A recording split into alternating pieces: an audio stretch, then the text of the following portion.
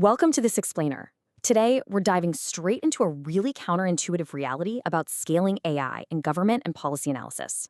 When I first dug into this source material, it painted this tantalizing picture of a read-everything future.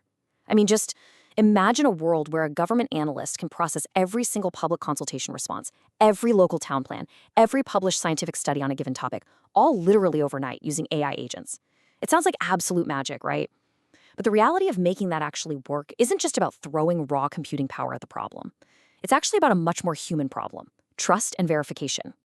Just to give you a sense of where we are right now, think about this number, 240 pounds. It's shockingly low, isn't it? Recently, the UK government deployed a tool called Consult to categorize over 50,000 public consultation responses. And the machine time required to process that absolute mountain of text, just 240 pounds. We are living in an era right now where the cost of generating AI analysis is practically a rounding error. We're talking about a tiny IT invoice, not some massive multi-year budget forecast. But here's where we totally flip this script. Because when you compare that dirt-cheap generation cost against the heavy fixed cost of human expert verification, the picture changes entirely.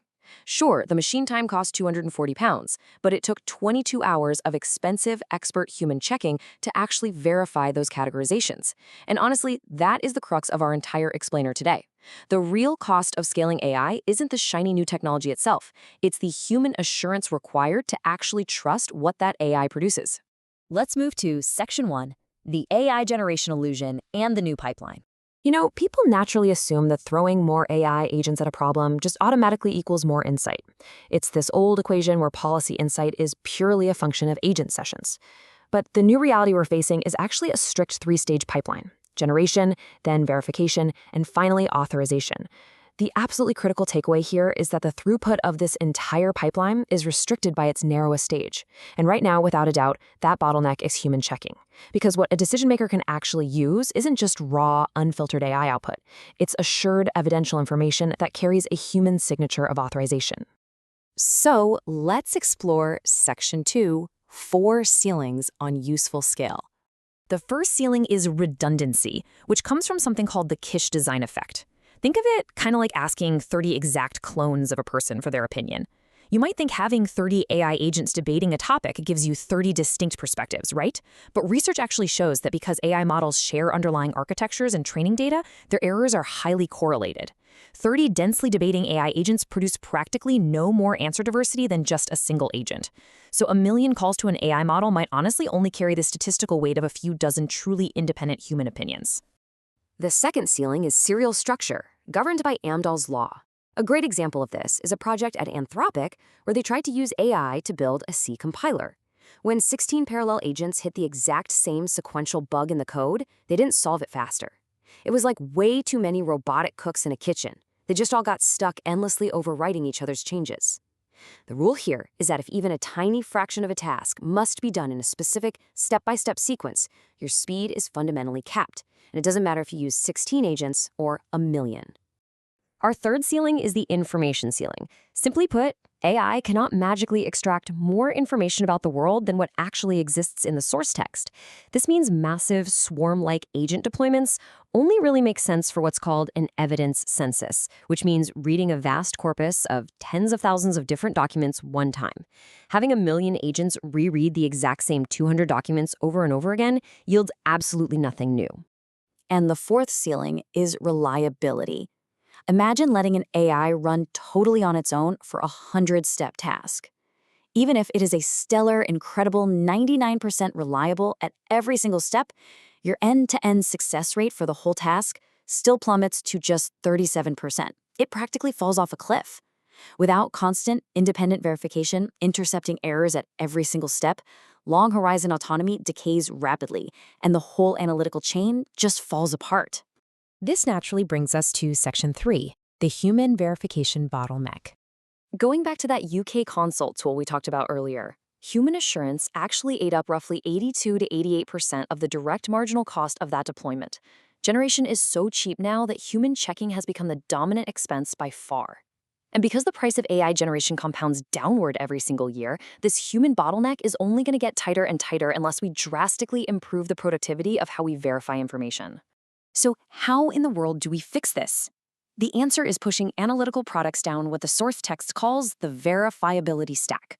We absolutely have to automate the checks at the bottom. This means using digital hashes to verify extractable facts and using deterministic replay, which is just a fancy way of saying ensuring the math adds up exactly the same way every time you run it. By automating these lower levels at near zero marginal cost, our scarce, highly expensive human judgment is saved only for the very top of the stack, actual value judgments and policy framing. Because honestly, if we don't build this out, humans are going to spend all their time checking basic arithmetic instead of making actual meaningful policy decisions. Let's dive into Section 4, the synthetic evidence threat. Because here's the thing. Even if an organization decides to completely ignore AI internally and never adopts a single agent, they are still facing a massive external threat that requires this exact same assurance infrastructure. Just wrap your head around this number, 18 million. During the 2017 Federal Communications Commission net neutrality rulemaking over in the U.S., an astonishing 18 million fabricated comments were submitted, completely flooding the public evidence channels. And the really crazy part? This was largely driven by older automated software and industry campaigns.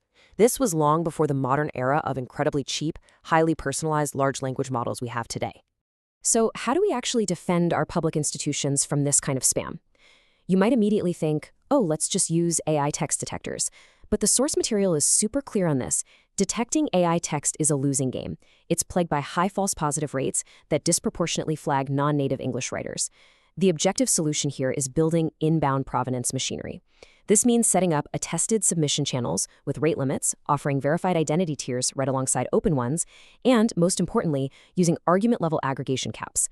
Put simply, this means that if 10,000 identical, AI-generated spam responses flood the system, they are bundled together and mathematically carry the weight of just one distinct argument. Which leads perfectly into Section 5, upgrading the assurance infrastructure. The authors actually lay out a series of highly tractable research projects needed to build out this verification machinery. And it is completely doable. It's a bounded, fundable act. What's actually pretty incredible is that AI agents themselves can execute a huge chunk of the mechanical share of this research right now. For example, testing how a curated attack can fool an audit, running replay feasibility on government outputs, or having AI build out metamorphic testing libraries. These are things that can all be accomplished in mere months for tens of thousands of pounds, rather than taking years and costing millions. The path forward here is surprisingly actionable. Ultimately, all of this builds toward a foundation that researchers are calling a compositional assurance calculus. Now, don't let that fancy math term scare you. Just think of this as a secure digital trust envelope that travels right alongside a piece of analysis. It links machine-proven facts like frozen source hashes and deterministic replays directly to human reviews. By creating this structured, typed graph of claims, it ensures that a simple computer error or a bit of invalid arithmetic can't just silently disguise itself as a valid government policy conclusion. It provides genuine mathematical certainty to the verifiable parts of any document. Finally, Section 6, the future of public evidence. This brings us to one of the most powerful messages from the source material. It argues that the reading everything future is entirely real, and it is buyable, but only by whoever builds the verification machinery first. Think about it. Generation has become a cheap commodity, but verifiable trust, that is the new scarce resource. Whoever solves this verification bottleneck gets to safely navigate the AI future years ahead of everyone else. I really want to leave you with a final, provocative thought to reflect on today. As AI scales up effortlessly and the cost of generating text drops basically to zero, are we truly ready to step up and build the hard, unglamorous infrastructure required to actually trust our own public decisions? The technology to write absolutely everything is already here. The machinery to trust it is exactly what we have to build next. Thank you so much for joining me for this explainer, and I hope this gives you a powerful new framework for thinking about the real bottleneck in our AI future.